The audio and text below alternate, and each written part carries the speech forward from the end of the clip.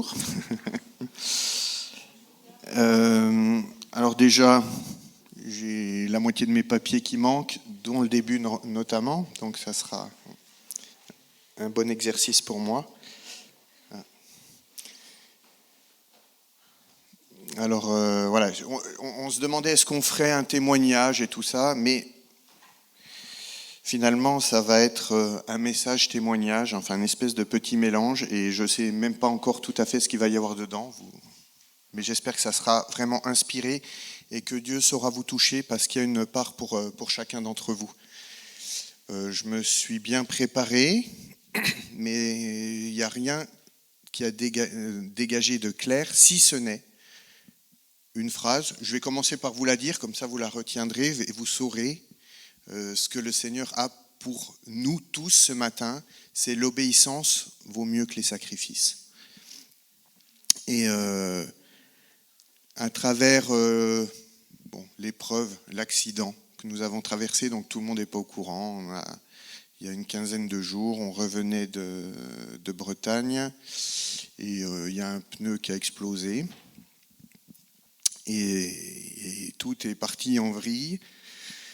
On a fait 2 tonneaux, on a détruit un véhicule, mais nous sommes vivants.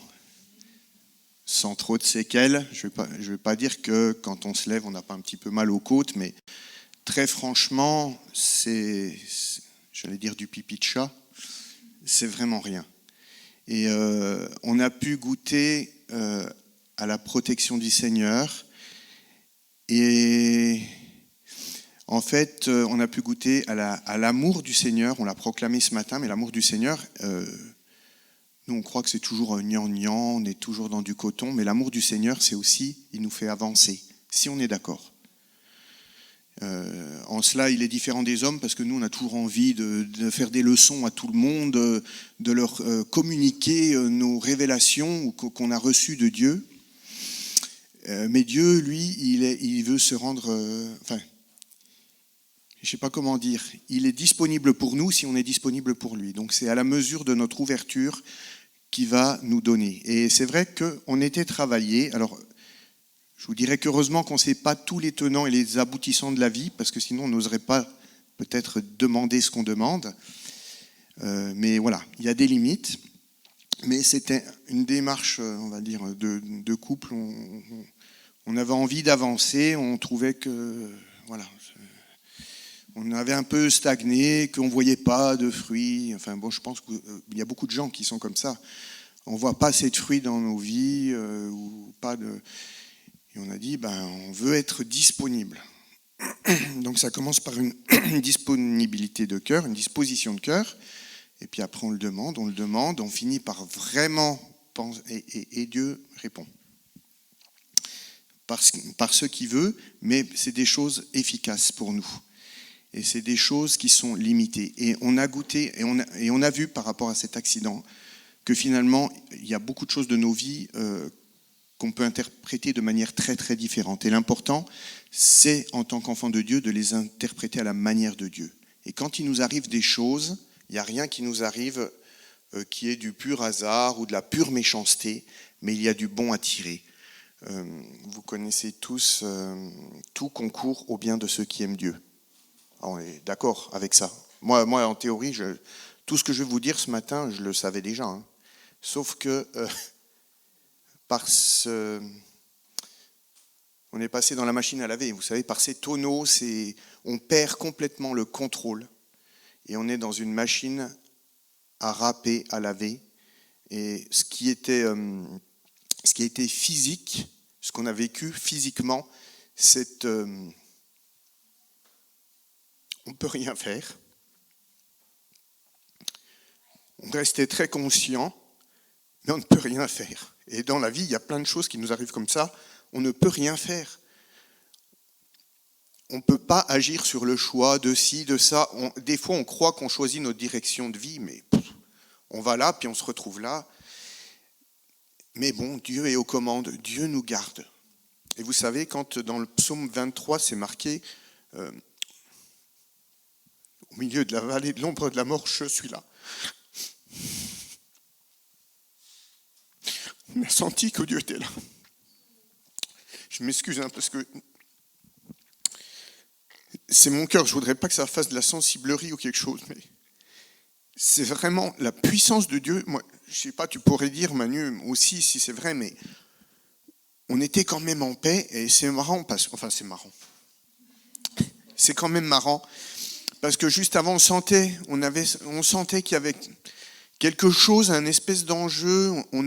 On était en train, allez, quelques minutes avant, on chantait en langue. On fait ça, on fait jamais ça. Est-ce qu'on fait ça? Jamais. Mais et il y a un tas de détails dans cet accident, dans l'avant, dans l'après, où on voit la main de Dieu. Des choses idiotes, mais qui, mis bout à bout, ça peut pas être des hasards. Dieu était là, tout le temps, tout le temps, tout le temps, tout le temps. Alors déjà, le fait qu'on soit en vie, nous, on apprécie beaucoup. Mais quand on a appelé des urgences, quand on a été évacué, déjà, on était dans le même hôpital, alors qu'au début, il parlait d'en mettre un à Thiers et l'autre à Saint-Étienne. Donc on s'est retrouvés tous les deux à Roanne, on était contents. Et puis aussi, ça nous a réconciliés avec l'humanité, avec des gens gentils. Il y avait plein de gens qui n'étaient pas chrétiens, les pompiers ne devaient pas être chrétiens, mais ils ont vraiment été des anges pour nous, des envoyés. Et c'est vrai que des fois, nous, en tant que chrétiens, on est durs. On n'en a que pour notre camp, quoi. Et en fait, Dieu a parsemé ses dons dans sa bonté partout. Des gens sont attentifs, des gens sont bienveillants. Donc ça nous a un peu remis à notre place de se dire, des fois je suis peut-être pas aussi bienveillant que ces gens. Donc voilà, première leçon. Et voilà. Bon, et puis quand on était à l'hôpital, on se disait comment on va le dire à nos filles. Puis il fallait quand même qu'on prévienne aussi ma belle-mère qui attendait de nos bonnes nouvelles d'arrivée, quoi. Donc je pense que si à 3h du matin il n'y a toujours rien, peut-être qu'elle va pas bien dormir. Et voilà, et Dieu a tout guidé. Quand on a appelé, nous, il y avait aussi la joie du Seigneur, le soulagement, quelque chose de bon. On ne s'est jamais senti seul. Et moi, je remercie vraiment le Seigneur pour ça. Et j'ai fait une bêtise cette semaine. Je suis parti faire un tout petit tour de vélo pour voir si j'étais encore en forme. Et puis, comme au départ, j'étais parti pour faire un petit aller-retour sur plat. Alors, il ne faut jamais faire ça, jamais. Je suis infirmier, je le sais. Il ne faut pas partir sans eau, il faut partir avec quelque chose à manger en cas de fringale. Et puis me voilà parti et il faisait frais, c'était bien, c'était cette semaine, je ne sais plus quel jour. Et oui, parce que l'obéissance vaut mieux que les sacrifices, c'est là où je veux en venir. Donc je suis parti, la fleur au fusil, voilà, sans même trop réfléchir. Et puis j'étais content, j'avais presque fait 20 km en faisant des détours sur du plat et je me sentais très très bien. Et je me rappelais d'une personne âgée qui m'a dit je me suis retrouvé à Combovin, voilà, à Combovin. Puis je me suis dit est-ce que je rentre et tout ça, et je vois col J. Cavalli. Et je me suis rappelé qu'un de mes patients m'avait dit c'est un des meilleurs cols celui-là parce qu'il est régulier, il n'est pas trop fort. Et puis en vélo, ça se fait bien. Sauf que lui, il fait 100 bornes de vélo 2 fois par semaine. Et moi, je ne me suis pas trop rendu compte. Et j'ai dit, c'est bien, je vais faire ce col, puis je vais redescendre. Et puis je suis parti. Au bout d'1 kilomètre que j'avais commencé à grimper, j'avais soif.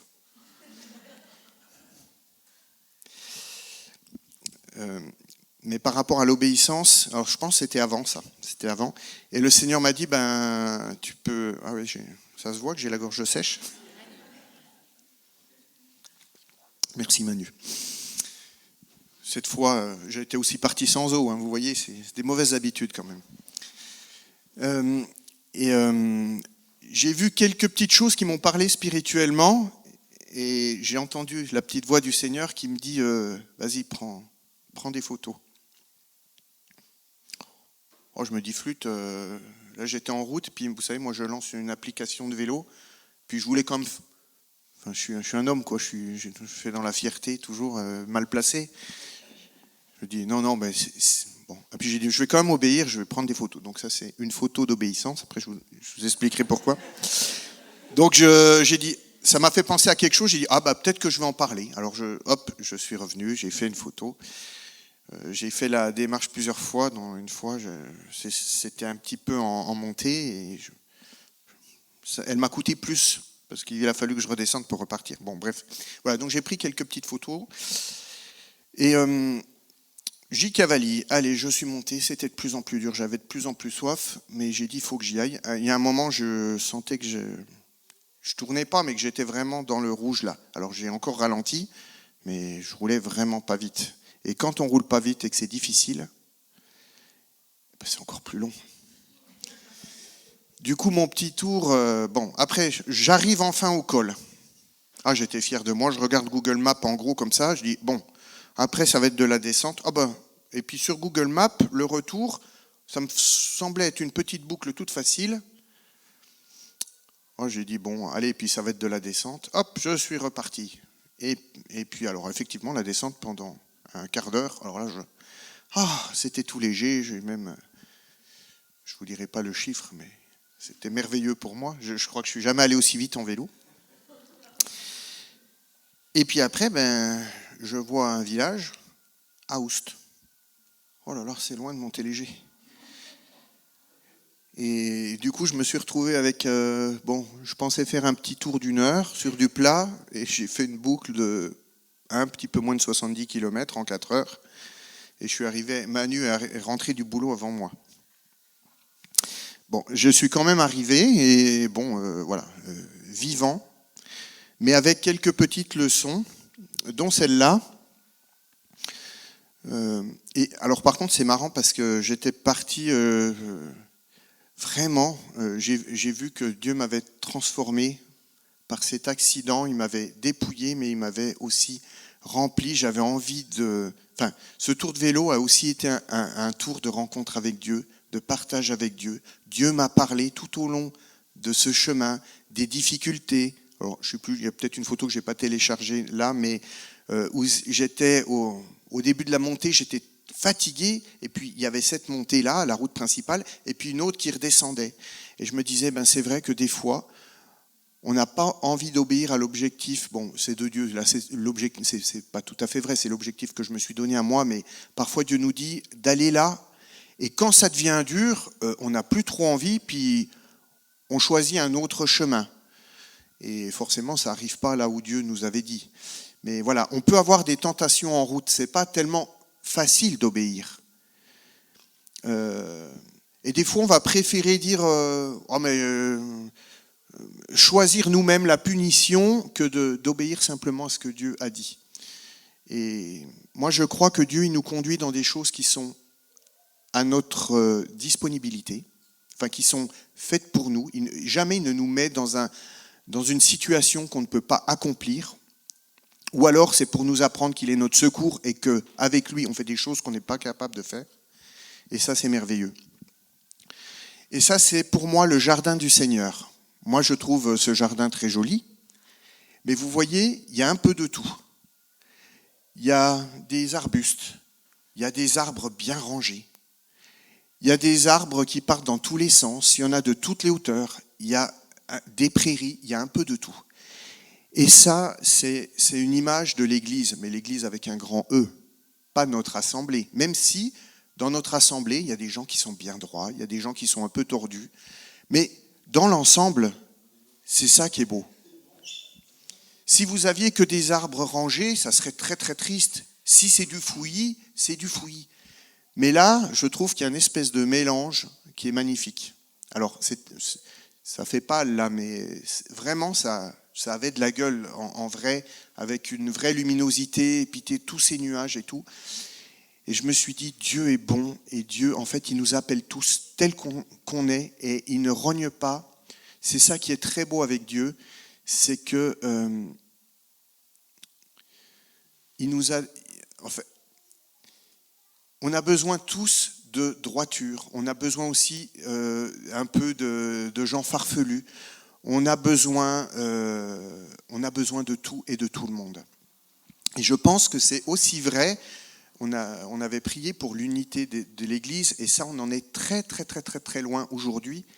Mais je pense qu'il y a diverses assemblées, qu'on a tous des couleurs particulières. Il y en a qui vont être très, très forts dans la louange, d'autres très, très forts dans l'enseignement, d'autres très, très forts dans l'écoute de l'esprit.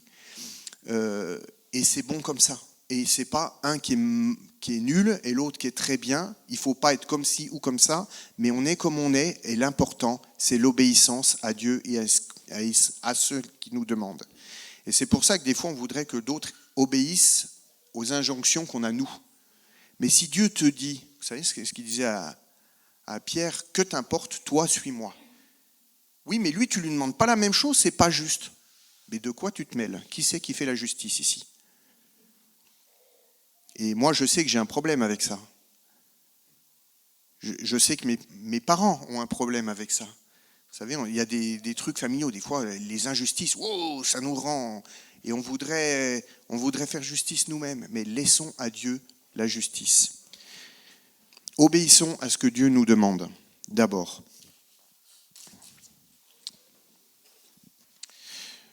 Bon, du coup, comme j'ai plus mes notes, je vais faire... j'avais vraiment... je voyais Saül et David, et en tout cas sur le début, il y a des choses qui m'ont interpellé par rapport à David et Saül, sur le début du règne de Saül, et l'attitude de Saül et l'attitude de David. Et voilà, c'est vrai que dans mon idée, Saül, c'est un très mauvais, et puis David, c'est un très bon, mais la réalité est un petit peu plus complexe que ça. Et si en tant que chrétien, on a plus envie de ressembler à David, tout n'est pas jeté. Quelque chose m'a interpellé aussi, c'est le fait qu'il y ait des rois, parce que ce n'était pas la volonté première de Dieu. Dieu, il voulait les sortir d'Égypte, les sortir de servitude, pour ne pas les mettre sous une autre servitude. Mais je ne sais pas comment ça se fait, et l'homme est fait comme ça. On a besoin toujours d'avoir quelqu'un au-dessus de soi ou d'avoir des identités humaines fortes. On recherche des identités humaines.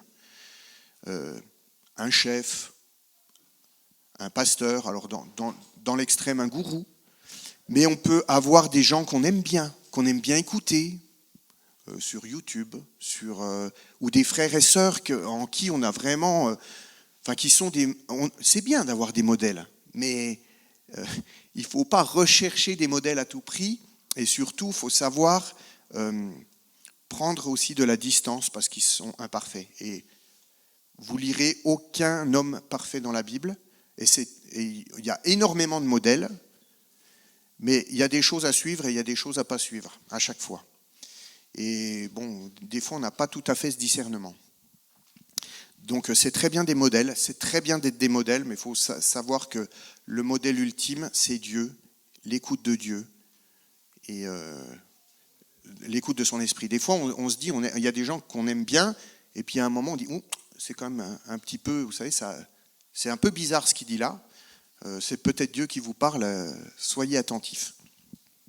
Parce qu'on peut étayer sur la Bible un tas de bêtises, hein, un tas de trucs faux. Et même la Bible est utilisée par le diable allègrement. Il l'a utilisée pour tenter Jésus. Le diable, dès le départ, a utilisé la parole de Dieu pour la citer en la relativisant, en la déformant un petit peu. Donc attention, danger, on est en danger tout le temps. Donc soyons attentifs. Mais bon, Dieu est capable de nous rattraper. Ce n'est pas la peur qui doit nous guider, de nous tromper. Mais on doit rester humble. C'est pour ça que voilà, Dieu résiste aux orgueilleux, mais il fait grâce aux humbles. Et si vous restez humble, ce qui n'est pas facile, on est quand même protégé, et Dieu nous fait grâce et Dieu nous pardonne. Le peuple a été sorti d'Égypte. Il a eu tout un chemin à faire, des combats avec Amalek dans le désert, puis de l'obéissance pour s'emparer du pays promis. Et d'ailleurs, ce n'était pas encore tout à fait accompli quand déjà ils ont été contaminés par des idoles, par la servitude de Baal et d'autres choses. Et moi, ça me parle en tant que chrétien parce que très très vite, on est happé par le monde. Donc on commence très bien par un combat, on écoute Dieu, on y va. C'est pas tout facile, mais à un moment, on finit par se faire gagner et par servir d'autres choses. Et par cet accident, on s'est rendu compte aussi, on est dans ce redépart à zéro, que finalement, il y a bien des choses qui nous inquiètent au quotidien, qui prennent 99% de notre temps, qui finalement n'ont pas vraiment d'intérêt et sur lesquels on n'a pas vraiment de prise aussi. Et on a besoin de redonner la place de Dieu à Dieu, la place de Seigneur au Seigneur, la place de l'Éternel à l'Éternel. Et dans nos vies, et moi je me rends compte aussi, même avec nos magnifiques filles, combien de fois on s'inquiète, on se projette, on est machin, peut-être même on combat. Et moi, on a eu un très bon moment hier soir et je vois encore comment Dieu les saisit, comment Dieu les garde, comment Dieu les conduit. Mais pourquoi on s'inquiète comme ça ? C'est normal pour des parents. Je ne dis pas que ce n'est pas normal. Mais je veux dire, ça prend des proportions qui sont pas justes. Faisons confiance à Dieu aussi. Et moi, j'en ai bien besoin parce que je suis un inquiet de nature, peut-être le plus inquiet de la famille. Une situation, je broie du noir, c'est ce que je vois tout de suite, c'est comment ça peut mal se passer derrière. Et si ça se passe bien, toute l'énergie que j'ai perdue à imaginer tout ce qui allait mal se passer, mais je trouve que c'est normal, parce que je me dis, il vaut mieux prévoir que d'être surpris. Mais je ne sais pas. Je ne sais pas, parce que finalement, on dit, on est à Dieu. Est-ce que lui faire confiance, c'est aussi lui faire confiance ? C'est-à-dire dire, mais quoi qu'il m'arrive, Seigneur, je sais que tu es avec moi. Vous vous rendez compte la puissance ? Là, les chaînes de la peur, c'est fini. Ce beau chant, là, ne soyez pas esclaves de la peur. Mais comment on est esclave de la peur ? Mais c'est de la folie. On a peur de qui va être élu, on a peur de machin, on a peur de trucs. Bon. Dieu peut nous dire de faire des choses, et il faut le faire. Mais je veux dire, après, c'est lui qui s'occupe, et je dirais même, c'est pas grave pour le résultat. Voilà, donc ensuite, Dieu, dans sa bonté, il a donné des juges. Vous savez, il y a eu plusieurs juges. Bon, c'est dans l'ordre. Si vous lisez la parole dans l'ordre, vous tomberez là-dessus. Et après, il y a toute l'époque de Samuel. Quelque chose m'a touché dans la lecture de Samuel. Alors déjà, c'est une très belle histoire. Hein. Anne qui était stérile, qui a un enfant, qu'il donne au Seigneur et qui donne son aîné. Moi, je sais pas, je pense pour une maman, ça paraît impossible à faire de nos jours. Et pourtant, nos familles lui appartiennent. Mais c'était déjà un très bel exemple. Donc Samuel, un petit garçon, est laissé au temple pour le service du temple. Et il entend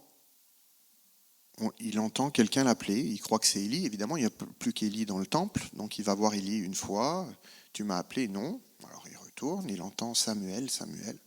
Il retourne. Non, c'est pas ça.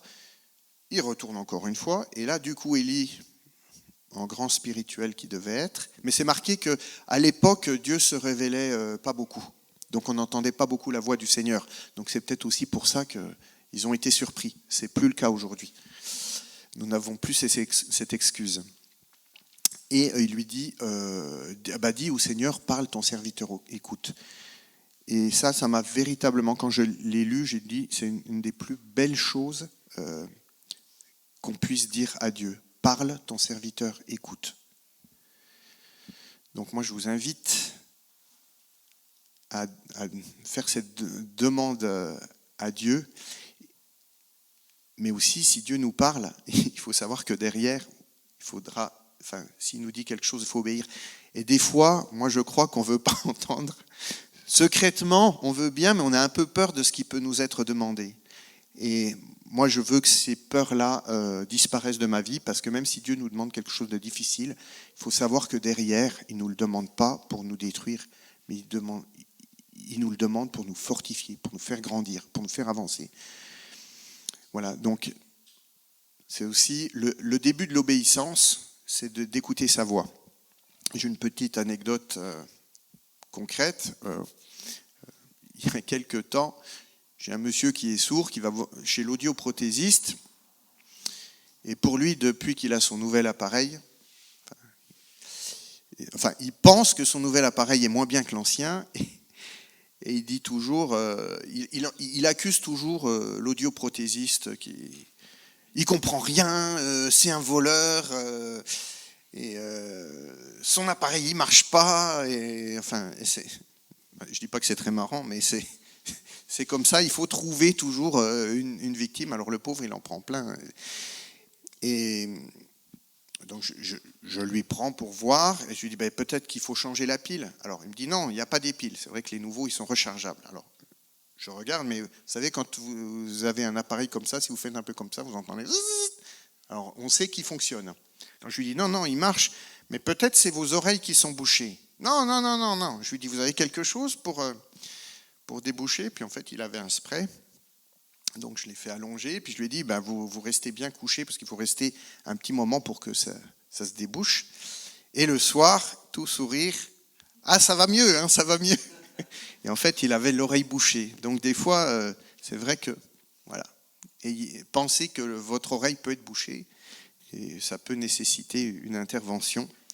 Et que quand on n'entend rien, au lieu d'accuser Dieu, tu me parles pas, gna gna gna gna, est-ce que nos oreilles sont débouchées? Voilà.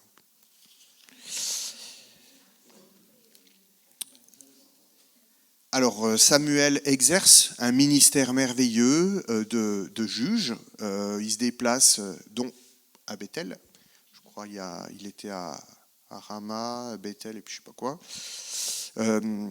Voilà, donc il a au moins 4 villes où, dans l'année, ça fait un peu les 4 saisons. Hein, voilà, il offre un intermédiaire pour la parole de l'Éternel. Donc on peut dire qu'à cette époque-là, quand même, le peuple était dirigé par Dieu. En tout cas, c'est auprès de lui qu'ils allaient chercher conseil. Mais tous les royaumes autour avaient des rois, et souvent, c'est bien dit, hein, ne vous conformez pas au temps présent, mais voilà, je pense qu'on est ainsi fait que même peut-être dans l'Église, des fois, ça ne nous suffit pas la manière dont ça fonctionne, et on veut se conformer ou à ce qu'on voit ou à autre chose, peu importe. Et moi, ce que je trouve beau, c'est que Dieu, il n'a pas donné un interdit. Il a juste dit, c'est ça que vous voulez, moi je ne veux pas ça pour vous, j'avais un meilleur plan. Mais des fois, nous, on veut quand même nos plans. Non, mais moi je veux diriger ma vie comme ça, je veux machin, parce qu'on a plein la bouche de Dieu, tu me diriges, mais après, quand ça va dans les directions qui ne nous plaisent pas, des fois, on trouve un peu des intermédiaires. Alors Dieu ne nous permet pas de nous perdre complètement, mais des fois, il accepte nos plans un peu foireux. En tout cas, je trouve que d'avoir un roi, ce n'était pas un plan génial. Et l'avenir de l'histoire a donné raison à Dieu, c'est que, hélas, ils ont quand même perdu la grâce qu'il y avait à être dirigé par Dieu. Quand même, c'est dommage. Et ce besoin d'intermédiaire tout le temps, voilà. Bon, donc Samuel les informe que ça, voilà, ils vont avoir des devoirs, que ça va être compliqué, mais voilà. Et Dieu, il s'adapte à notre ouverture. C'est-à-dire, si on est pleinement ouvert, tu fais ce que tu veux avec moi, sans doute qu'il va faire des très très belles choses. Si on est un peu ouvert, on dit, Seigneur, ma limite, c'est ça. Moi, je veux bien t'obéir, mais je veux avoir... on veut un roi quand même. Dieu, il nous respecte. Moi, je trouve ça très très beau de la part de Dieu. C'est dommage pour nous, mais c'est aussi une image de l'amour de Dieu. Et je crois qu'aujourd'hui, Dieu n'a pas changé, et que Dieu ne nous forcera pas la main dans un ministère, dans un truc. Il prendra ce qu'on lui donne, mais on est juste perdant si on ne lui laisse pas toute la place. Alors, deux rois qui ont été... alors, le premier, Saül, moi, je le vois comme quelqu'un d'orgueilleux et de résistant, mais il avait plutôt bien commencé parce qu'il n'a même pas compris pourquoi il avait été choisi. Alors, il avait certes des capacités, c'était un gars qui était fort, qui avait une tête de plus que tout le monde. Il avait, enfin, visiblement, il avait une tête de roi. Hein. Mais, en tout cas, en lui-même, il y avait cette humilité. Quand Samuel le vint, il dit, mais pourquoi je suis de la plus petite des tribus de Benjamin, de la moindre des familles de Benjamin. Donc c'est le moins du moins du moins du moins. Bon, moi je pense que Dieu il fait exprès de choisir des gens comme ça pour que la gloire lui revienne. Mais ça ne marche pas toujours.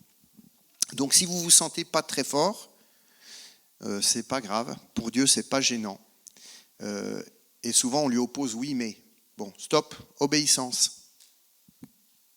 L'obéissance vaut mieux que les sacrifices, que tous les efforts que vous pourrez faire. Vaut mieux dire oui à Dieu que sacrifier votre vie dans des œuvres merveilleuses, vous donner pour les autres. Dieu préfère que vous lui obéissiez. Vous le saviez déjà. Voilà. Et le problème de Saül, ça a été la peur. Alors qu'il devait aller, alors il a remporté des victoires, etc. Mais une fois, il y avait Israël qui était sur une colline et sur l'autre, il y avait les Philistins. Et il était plein de bonnes intentions parce qu'il attendait la bénédiction et l'envoi de Dieu. Donc il attendait Samuel. Mais Samuel, il a tardé. Et au bout de 7 jours, c'est long 7 jours, quand vous avez vos ennemis juste en face, que vous êtes dans l'incertitude, mais combien de fois dans nos vies on n'a pas de réponse. Vous savez, on demande à Dieu des réponses, on demande à Dieu, envoie-moi, mais pourquoi? Mais moi j'ai le problème, mais il est là, mais attention, à tout moment ils peuvent me tomber dessus. Est-ce qu'on ne fait pas confiance à Dieu qu'il retiendra l'ennemi tant qu'il faut le retenir? Arrêtons de paniquer. Enfin, je me le dis à moi, hein, je ne vous le dis pas à vous, je me le dis à moi, parce que voilà, je suis pleinement concerné par ça. Et au bout d'un moment, la peur a fait qu'il a dit, bon, tant pis, on va faire un sacrifice. Donc il a fait quelque chose de plutôt bien, un sacrifice, un holocauste au Seigneur. C'est mauvais ça, de faire ça? C'est pas mauvais. Mais c'était pas bien, parce que c'était pas sa place. Il a pris une place qui ne lui revenait pas. Et je vous invite fortement, et je m'invite moi-même, à ne pas prendre des places qui ne nous concernent pas, parce que des fois on veut régler des problèmes qui ne nous concernent pas, on veut donner des avis, etc. Et des fois c'est plutôt une expression de l'orgueil en nous, que le Seigneur nous en préserve, qui nous donne sa sagesse, que la peur n'ait pas d'emprise sur nous. Et c'est possible. Je crois que c'est possible. Il n'avait pas à attendre beaucoup. Hein. Voilà. Après, vous savez, il s'est défendu à Samuel. C'est le peuple qui m'a... Bon, ça, c'est la méthode habituelle. On n'accepte jamais On n'accepte pas nos fautes. On a toujours une excuse. Et ça avait commencé avec Adam. Hein. C'est la femme que tu m'as donnée. C'est l'église dans laquelle tu m'as mise. C'est le conseil qu'on m'a donné. Enfin, on a toujours... voilà, c'est toujours extérieur à nous. Et Dieu, lui, nous invite au contraire à intérioriser nos fautes, à demander pardon, à les lui confier. C'est trop tard, on a fauté. Mais quelle que soit la faute, c'est plutôt notre attitude qui compte. Et donc, c'est une attitude d'humilité. Et Dieu, à tout moment, il est capable de nous pardonner. Il n'y a pas une faute qu'il n'est pas capable de pardonner. Et le manque de pardon ou le truc, souvent, c'est nous qui mettons des barrières. C'est terrible. Ouais, mais je ne suis pas digne. Moi, combien je me dis, attends, mais je ne suis pas digne. Obéis. L'obéissance vaut mieux que les sacrifices.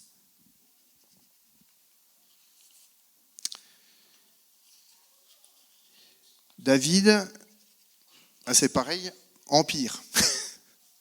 Parce qu'il avait il n'était même pas accepté par sa propre famille quelque part. Vous savez, Samuel est guidé, il va c'est la famille d'Isaïe. Si je me trompe dans les noms, pardonnez-moi. Et puis, il fait arriver tous les fils. Alors le premier arrive et Samuel, en bon prophète qu'il est, dit « Ah, ça doit être lui ». Dieu lui dit non. Belle écoute quand même, parce que souvent, nous, notre avis et l'avis de Dieu, c'est des fois difficile de faire la... Enfin, je ne sais pas si... On a besoin des fois de cette sensibilité pour faire la différence entre nos idées, les idées de Dieu. Et je trouve, Samuel était mature pour ça. Mais des fois, c'est des choses comme ça, l'obéissance, c'est qu'on n'aura pas envie de faire, et puis on entend une petite voix qui nous dit « fais-le », et on sait que c'est Dieu, et voilà. Donc je vous invite à le faire. Donc il a dit non. Alors tous les fils d'Isaïe, qu'Isaïe reconnaissait vraiment comme ses fils, ont été présentés. Ah non, il n'y en a aucun. Alors, c'est quand même un problème. Donc Samuel dit, mais il n'y en a pas un autre ?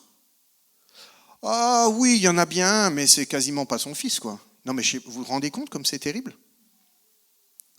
Donc moi j'ai une parole pour tous ceux qui se sentent rejetés, à qui on a dit des paroles, ou qui pensent ne pas être dignes, ou qui ont eu des paroles de malédiction de leurs propres parents. Dieu, ça ne le freine pas pour vous appeler loin, pour vous appeler à la royauté. On est appelé à la royauté, on est appelé à régner avec Christ, plus tard dans les lieux célestes, mais on est appelé à régner aussi ici, avec l'aide de l'Esprit Saint. On est des ambassadeurs. Donc voilà, il n'y a rien qui arrête Dieu. Et c'est même Dieu qui nous choisit. Donc si Dieu t'a choisi, obéis.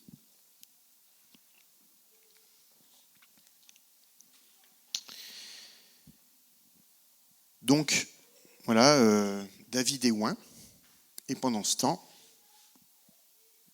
Saül est toujours roi.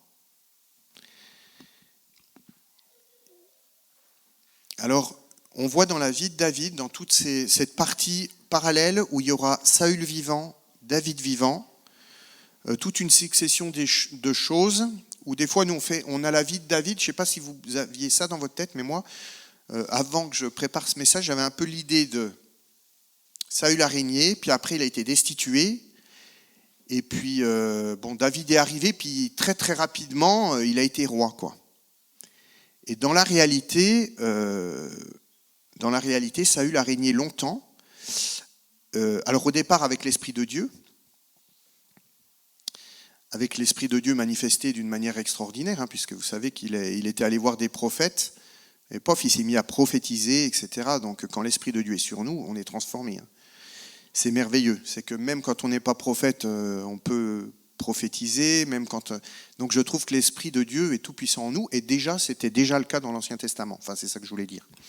Donc imaginez aujourd'hui, avec Jésus et le travail qu'il peut faire en nous de pardon, c'est merveilleux. Il y a un potentiel en nous qu'on n'imagine pas. Après, un tas de choses plus improbables les unes que les autres. David est appelé pour jouer de la harpe pour Saül. La probabilité, c'est quoi ? Dans un royaume. Donc, David va être mis en contact finalement et exercer un ministère de guérison, on dirait, de la musicologie peut-être. Il était encore très jeune. Va y avoir entre-temps l'histoire de Goliath, parce que l'histoire de Goliath, c'est quand même... David avait été déjà oint, c'était déjà le cas, mais c'était encore le petit piou-piou et c'était encore le petit berger. Donc de temps en temps, il venait pour jouer au service de Saül, et puis il retournait à ses brebis. Et un jour, alors qu'il était à ses brebis, son père lui a dit, il y a les 3 aînés qui sont à la guerre, tu vas leur apporter un peu à manger, puis un peu, je ne sais pas si ça se faisait comme ça, mais tu vas arroser un petit peu les chefs, leurs chefs, tu vas leur donner. Mais je ne sais pas si c'était malhonnête ou si ça se faisait comme ça, mais enfin voilà, en tout cas, il était là pour leur apporter à manger. Donc il apporte, et c'est à ce moment-là qu'il entend Goliath maudire Israël, maudire Dieu, et là, ce que Dieu avait semé en lui réagit, et son cœur de roi, son cœur de conquérant est animé. Mais il n'était encore pas roi, il a obéi. Je trouve qu'il y a quelque chose de magnifique, mais peut-être c'est dans 1 Samuel 17, 45. La motivation de David, moi je trouve ça très très beau et j'espère qu'on se laisse contaminer par ça et que ça soit la motivation de nos actions aussi dans nos vies, quand on avance dans la vie. Tu marches contre moi avec l'épée, la lance et le javelot, et moi je marche contre toi au nom de l'Éternel des armées, du Dieu de l'armée d'Israël que tu as insulté. Donc il était poussé par l'esprit, il n'y allait pas avec sa force, mais après Saül a quand même essayé de lui dire non mais t'es pas pour la guerre, tu vas pas y arriver, je vais t'équiper. Il a essayé de le décourager, mais il a dit non mais moi je l'ai déjà fait avec un ours, voilà. Et je pense que dans nos vies, les petites expériences nous préparent à des plus grandes. C'est pour ça qu'il faut obéir. Obéissez aux petites choses. C'est une formation pour obéir à des grandes, pour ensuite rentrer dans l'appel que Dieu vous a donné, dans l'appel ou dans la vie. Alors, il n'y est vraiment pas allé pour lui-même, il n'y est pas allé pour les récompenses. Et voilà, Dieu a permis qu'il soit vainqueur. Après ça, il n'a toujours pas été roi. Il n'a pas été bien plus respecté par Saül. Alors ça a commencé à parler au peuple, mais guère plus. Et je vais sauter le reste. En tout cas, tout ce que je voulais dire, c'est qu'il y a une histoire de timing et que seul Dieu dans nos vies a le timing parfait. Et que même par rapport à ses promesses, ne soyons pas pressés de l'accomplissement de la volonté de Dieu et des choses qu'il a mises dans nos vies. Parce que moi, si Dieu m'a fait une promesse concrète ou quelconque, je vais tendance à analyser tout avec ce que j'ai dans la tête, avec la promesse en tête. Mais pourquoi ça ? Pourquoi ? Comment ? Mais ça va à l'encontre. Et pourquoi c'est pas déjà ? Mais tu me l'as déjà dit il y a 10 ans et c'est encore pas là. Et du coup, on se décourage, etc. Mais le timing de Dieu, c'est le timing de Dieu. Et pendant tout ce temps, il y a quelque chose d'extrêmement beau. Il avait déjà l'onction, il avait déjà la promesse. Enfin, plus que la promesse, l'onction.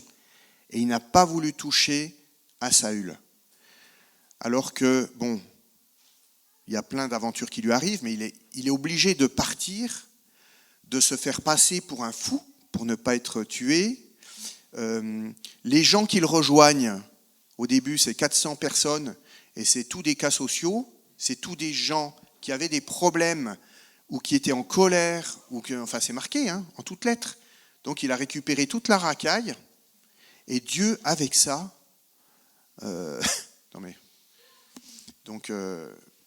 vraiment, Dieu est Dieu, quoi. C'est pas possible. Et avec ce peu d'hommes, là, ces 400 hommes, quand encore Saül le poursuivait parce qu'il a été dénoncé, il a eu plusieurs fois l'occasion de tuer Saül et il ne l'a jamais fait. Et pourtant, il aurait pu dire, et c'est ce qu'on lui a dit d'ailleurs, des fois il y a des choses qui paraissent logiques et bonnes et peut-être spirituellement justes, mais qui sont aussi des pièges dans l'accomplissement. Et moi je crois que là, Dieu, il a obéi à Dieu, il a obéi à ce que... Il n'a pas obéi au conseil qu'on lui donnait. Mais c'est Dieu qui le livre entre tes mains. Ah oui, ça paraît assez logique. Donc voilà, c'est quand même important de savoir ce que Dieu nous donne. Il y a des choses qui paraissent normales, logiques, bonnes, justes, et il ne faut pas céder à la tentation. Voilà, éprouvons les conseils des autres. Et ça, il l'a fait 2 fois. Et au final, le jugement de Dieu a fini par arriver sur Saül et sa famille, et ils sont morts à la guerre, etc. Et encore là, David n'a régné que sur Hébron, que sur Juda. Donc même là, l'accomplissement, on dit, Seigneur, tu avais fait une promesse, tu en as rempli que la moitié. Mais il y a eu un temps, parce c'était Ish-Bosheth avec toute l'armée qui était bien plus forte d'ailleurs que Juda. Il y a eu encore des batailles, il y a eu encore des choses.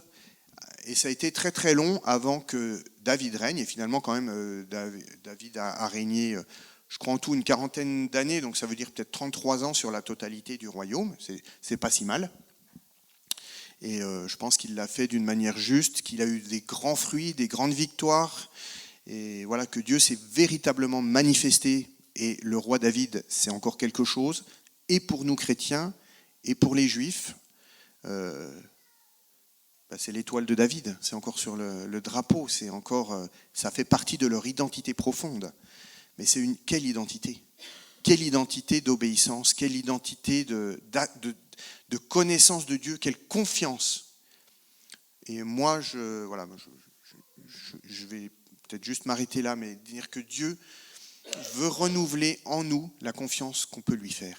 Et ce qu'il a été capable de faire avec David, qui était un homme comme nous, il a fait aussi des bêtises, vous le savez, des grosses, et qui ont eu des conséquences négatives. On a parfois des conséquences, il y a des conséquences à nos actes, on n'est pas hors sol non plus, mais Dieu est fidèle pour nous pardonner, pour nous racheter, c'est ça que je voulais dire. Et Manu, en début d'année, elle a eu, pour notre famille, ça paraît un peu curieux et à la fois très très bien, un mot, et c'est l'image une des images, c'est rachat. Tu peux mettre directement chemin du rachat. Quoique rachat, c'est plus joli. Voilà, donc c'est une autre obéissance. Donc je pense que c'est aussi important pour vous. C'est Dieu qui nous rachète les rachats. Et c'est une promesse pour vous dans vos vies, qu'il y a des choses qui vous ont peut-être été volées, mais Dieu est fidèle pour vous redonner. Et c'était, alors méfiance, parce que pour nous c'était le rachat, de l'année du rachat, et il nous arrive quand même quelques bricoles. Mais si Dieu nous dépouille d'un véhicule, si Dieu nous dépouille de nos 2 poules, on a perdu nos 2 poules dans la foulée, par le renard, volées par le renard. Donc on est aussi soumis je veux dire, on était dans un état de faiblesse et encore, le diable, il se régale, il essaye de nous arracher encore les dernières choses.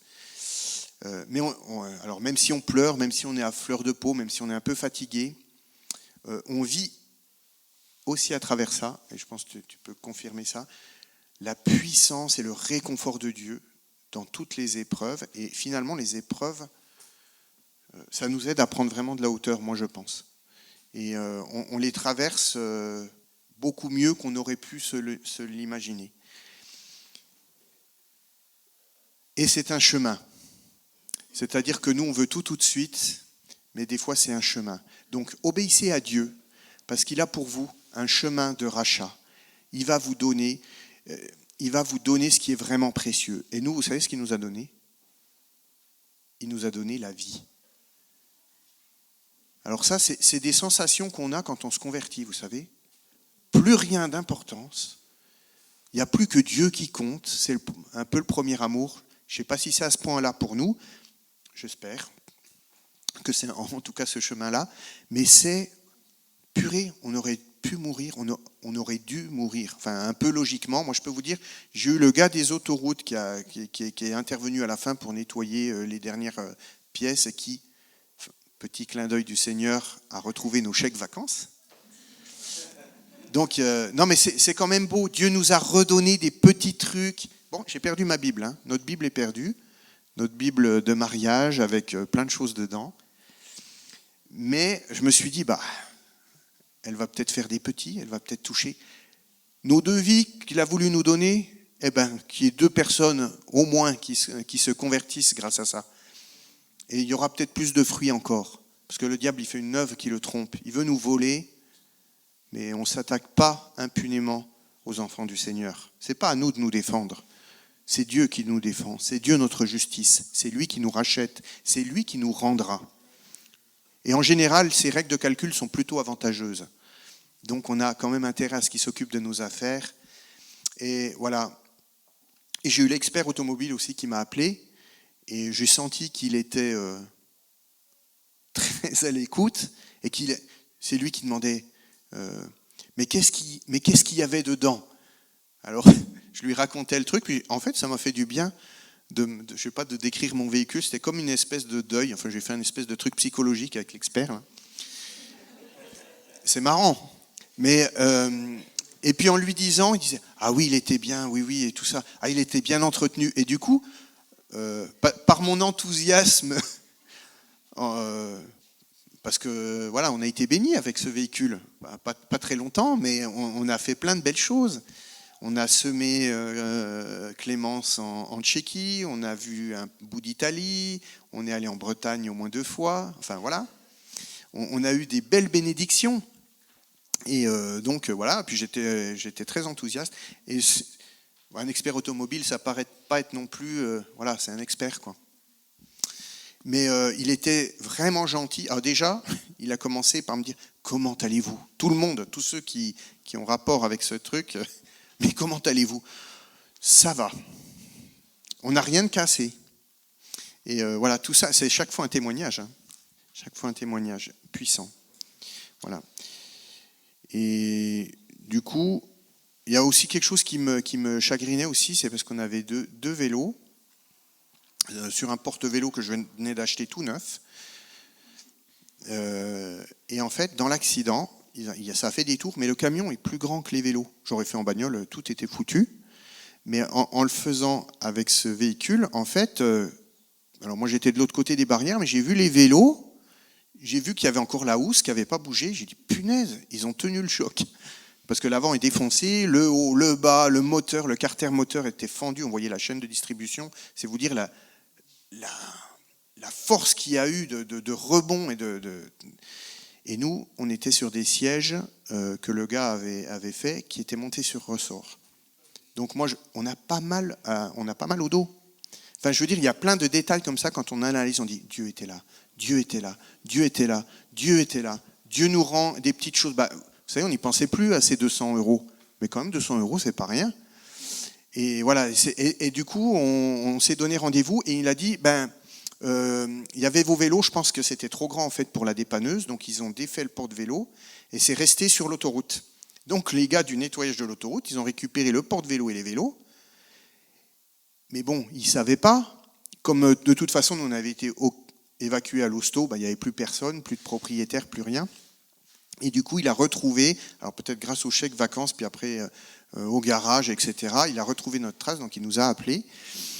Et donc, il y aura la restitution des vélos. Je ne sais pas s'ils ne sont pas cassés, j'en sais rien, mais je pense que peut-être ils sont en bon état. Et il dit, moi j'ai vu les images. Donc c'est pareil, il lui dit, comment allez-vous ?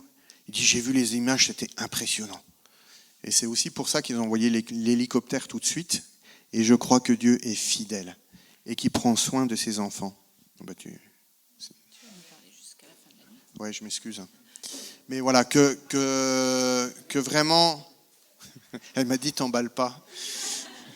Heureusement que j'avais plus mes notes. Voilà. Mais bon, du coup, c'est pas très étayé. J'ai pas peut-être les versets, c'est peut-être pas... Mais tout ce que je dis, vous pourrez trouver des versets qui vous le confirment. Vous avez qu'à lire un Samuel, vous verrez, c'est magnifique. Voilà, mais c'est la parole vivante. Voilà. Donc je suis désolé, je ne vous laisse pas de traces écrites, mais que la trace du Saint-Esprit soit dans vos cœurs. Et si ça vous a touché, cherchez et vous trouverez. Mais c'est vraiment puissant. La parole de Dieu est puissante. Dieu est puissant. Sa parole est vivante. Il veut nous toucher. Il veut avoir un impact.